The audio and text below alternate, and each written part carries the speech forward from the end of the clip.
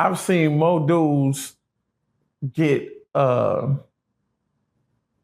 taken off a unit to go get enhanced, their body enhanced, and come back looking just like a straight woman.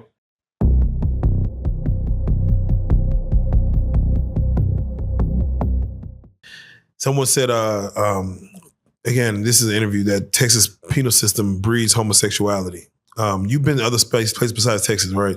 Yeah. Do you feel it was more prominent in Texas prison system that like Texas breeds homosexuality?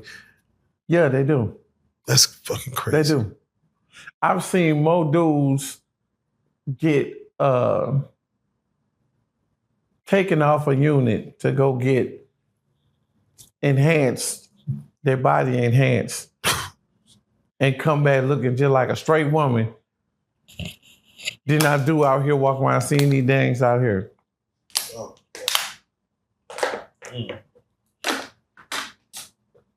You know, they pay for that shit.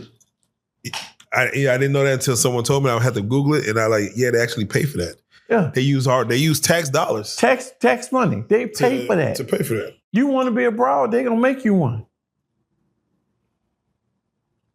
Man, that's wild. That's wild. That's wild. They'd rather see the black man ejaculate in a toilet or inside another man than to go outside and keep breathing. No, that's facts. If you have a child in prison, a daughter, a son, can they send you stuff? Like, hey, Dad, I want to send you my drawing, but let's say they want to put something in it. Like, hey, here's my medal that I got from first place track. Shit. Nah, that's gonna get stopped in the mailroom. They're gonna send it. They're gonna tell you got to send it back. Damn. You can have the letter, but you can't have that. Prison is real. Prison is real. All right. Lastly, I want to speak on this. There was a situation in which an inmate out of Michigan got awarded $307 million. I don't know if you heard this story, but he was in I think it was called Coach Ice Jackson, which is a prison system out of Michigan. But he was denied a surgery that he was supposed to get. Something. It wasn't even an expensive surgery. The surgery would have cost the prison $900. But they kept pushing it off. He kept putting, I guess you have to put in like a medical report. Yeah, you got to put in a I-6 there. From I-60, you got to go to medical.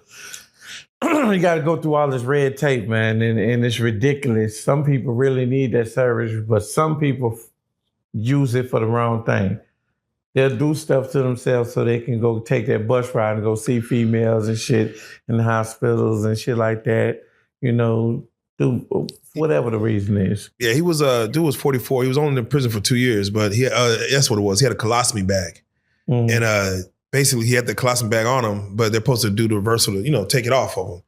And again, it was a $900 surgery. They didn't do it.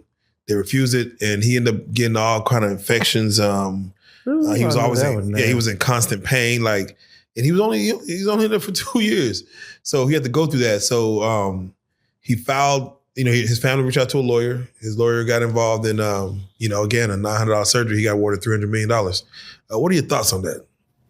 Shit.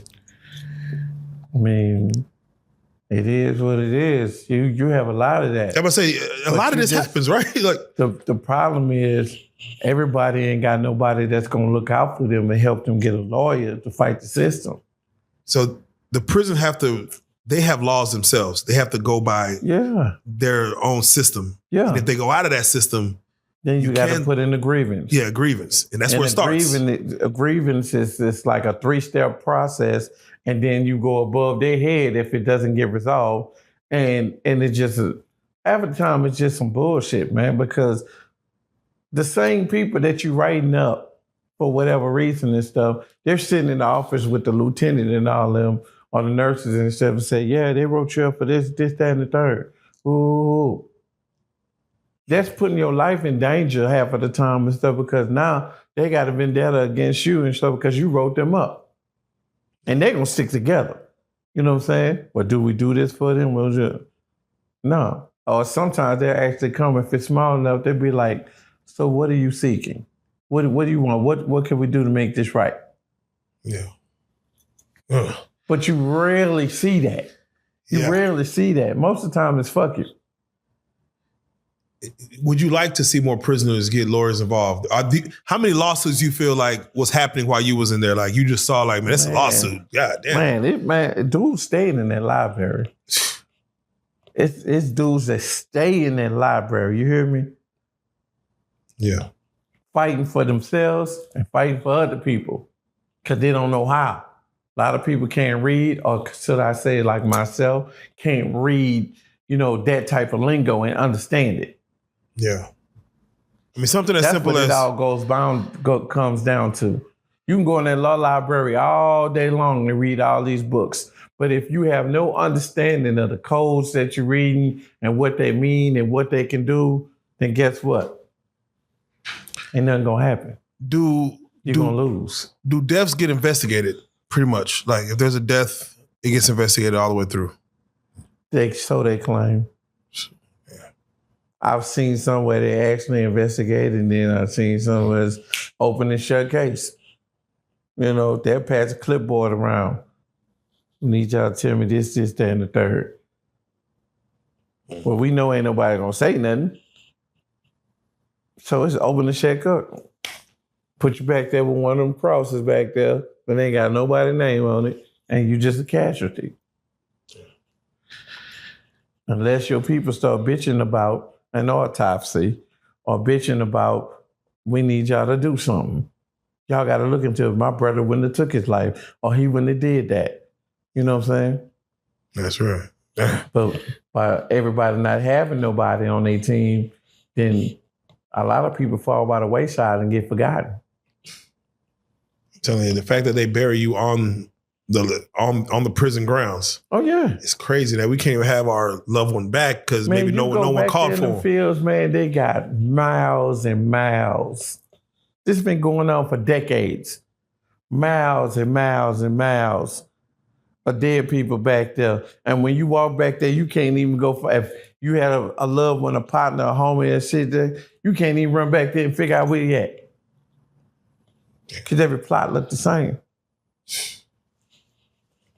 Man, reality check. So again, Gizzle, as we do these stories, man, we do them not to glorify. We're not trying to make light of what prison and those they got to go through, but we do this to educate. And thank you for providing us education. But as we do, I want you to be able to talk to the people, man. The young Pooh Shiesty out there, the young rapper that wants out his contract and ready to crash out to go get it done. Let him know what he's looking at. If he tries to get out that contract, he has to go sit down somewhere. You're not only going to have to sit down somewhere, like everybody's not scared of UINs.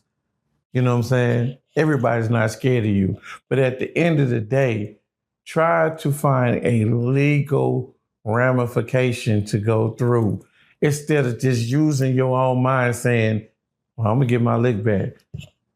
Because half the time it ain't going to work. You heard what Gucci said? You did all that and you still assigned to me.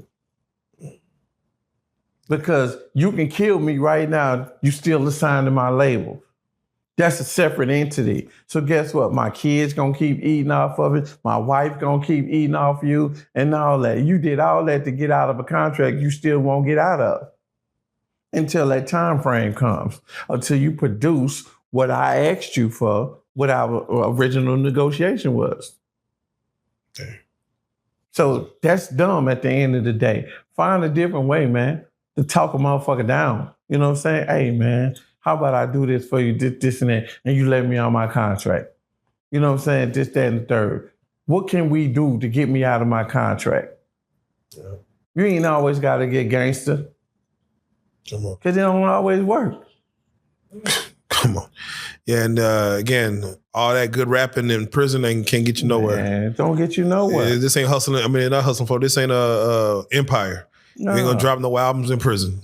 Before you niggas that's hitting the streets, coming from prison, you either gonna do one or two things, man.